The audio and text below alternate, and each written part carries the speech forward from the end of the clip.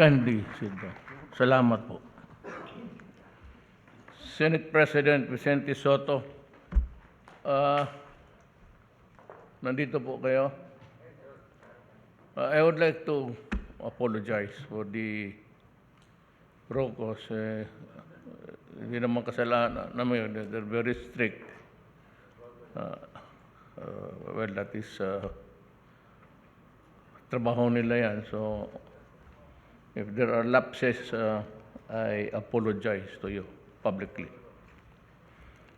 House Speaker Lord Alan Velasco. Yes, sir.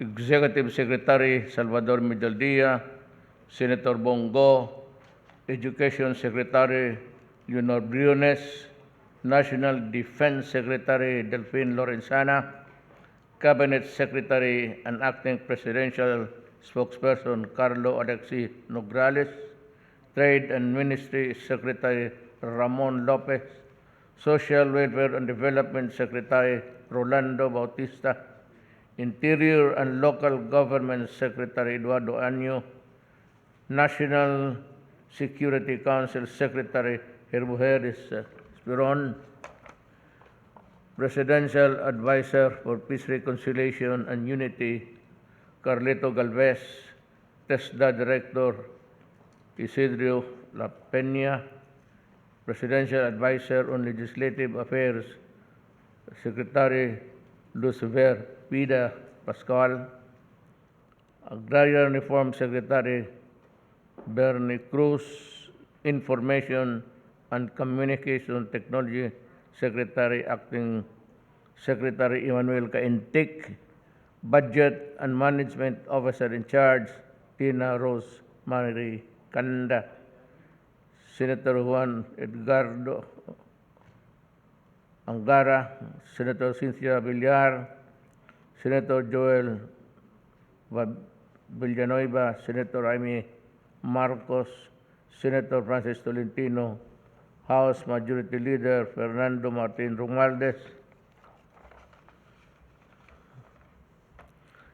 Deputy Secretary Eric Martinez, Deputy Secretary Bernadette Herrera D., Deputy Secretary Divina Grace U., Deputy Secretary Rodante Amarcaleto, Deputy Speaker, ACT-CIS Party List Representative Eric Yap, Batangas 5th District Representative Mario Vittorio Marino, Baguio City Lone District Representative Mark Go, Bataan 2nd District Representative Jose Enrique Garcia III, Kabayan Party List Representative Ron Salo, fellow workers in government, other distinguished guests, and of course, my wife, kinausap lang niya si Senator Marcoleta kasi believe siya sa tao. Department Secretary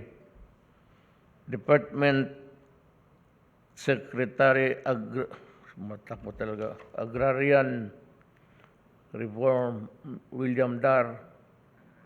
Hindi ito siya.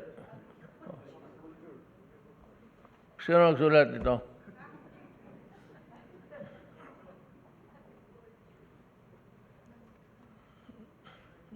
Protocol, kindly. Isa uli mo ito. Sino nagsulat nito? Tapong yan sa Pasig.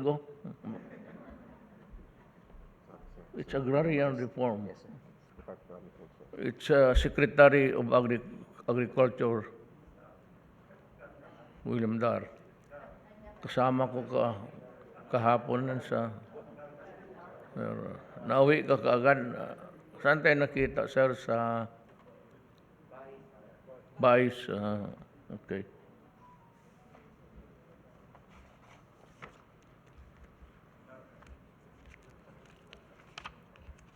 I was just a few words after this speech. Express my appreciation to the members of Congress for ensuring the timely ratification of the more than 5 trillion peso national budget. Maubos kaya natin to. I also recognize the efforts of our government agencies, our partners from civil society and other civil servants who took part in the crafting of this important legislation. Indeed, the passage of General Appropriation Act of 2022 reflects the healthy collaboration among all branches of government, which is crucial to the attainment of our national development goals, especially during these trying times. The 2022 budget reaffirms the government's strong commitment to provide a more comfortable and productive life for its Filipino. This will also cement this administration's legacy of real change for future generations, guided by the three main pillars of building resiliency amidst the pandemic, sustaining the momentum towards recovery, and continuing the legacy of infrastructure development. The establishment of the Department of Migrant Workers happens on the celebration of Rizal Day, when we honor not only the exceptional love of country of Dr. Jose Rizal, but also the patriotism, excellence, courage of our modern-day heroes, including our overseas Filipino. As we mark the signing of the 2022 national budget and other specific laws that will benefit all Filipinos, let us all emulate Rizal's heroism and courage by serving our country with dedication, integrity, accountability, by doing what is right and just for our people. There is no better way to serve the Filipino people but by giving them the honest, efficient, and responsive government that they deserve. Bago ako magsalamat po, kunti at this time, it's just a little bit worrisome. But takot ako nitong Omicron because pumuputok na sa lahat ng bayan sa buong mundo. At nakikita ko na in those places, if you listen to the other international TV network, nakikita ko na malaki, in one day 200. Hindi naman ito, I think, a fatal mutant. But, ang takot ko yung resources naman ng government. May bagong budget tayo. Pero that would not really help in sa ano natin, in our desire to rebuild, because wag lang sana if we are hit with the easy transmission of the character of this mutant, we will have again the same problem.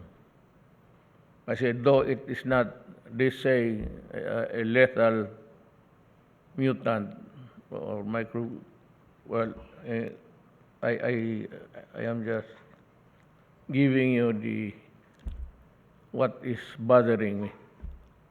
It might translate into a, again,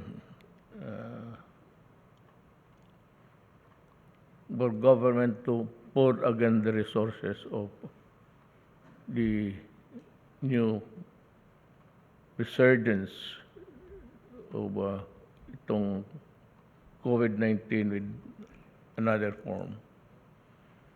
So yan lang pag ano ko sa inyo, I'm leaving the office in a few months. Ang tatakot lang ako yung response na naman natin and how it would intrude into the budget na although we expect nandito pa yung pandemic tumatakbo, Pero kung ang hawaan talagang mabilis, then we will have the same problem again. It's not a matter of predicting how many will die, but rather preparing for how many people that will be affected by this mutant. Eh kung nakakahawa uli, baski bakunado ka na, oh, I really do not know how to.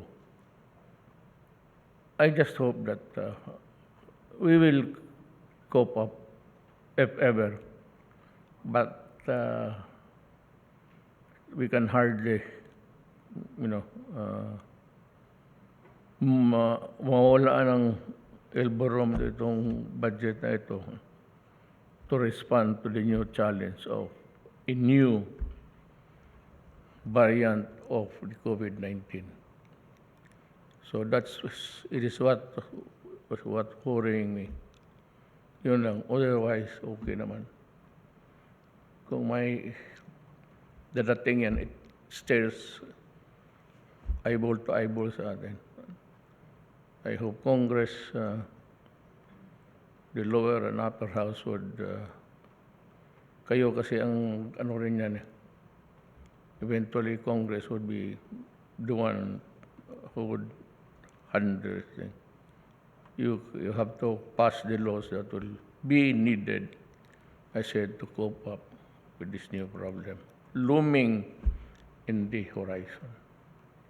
Yan lang po. At maraming salamat sa inyong lahat.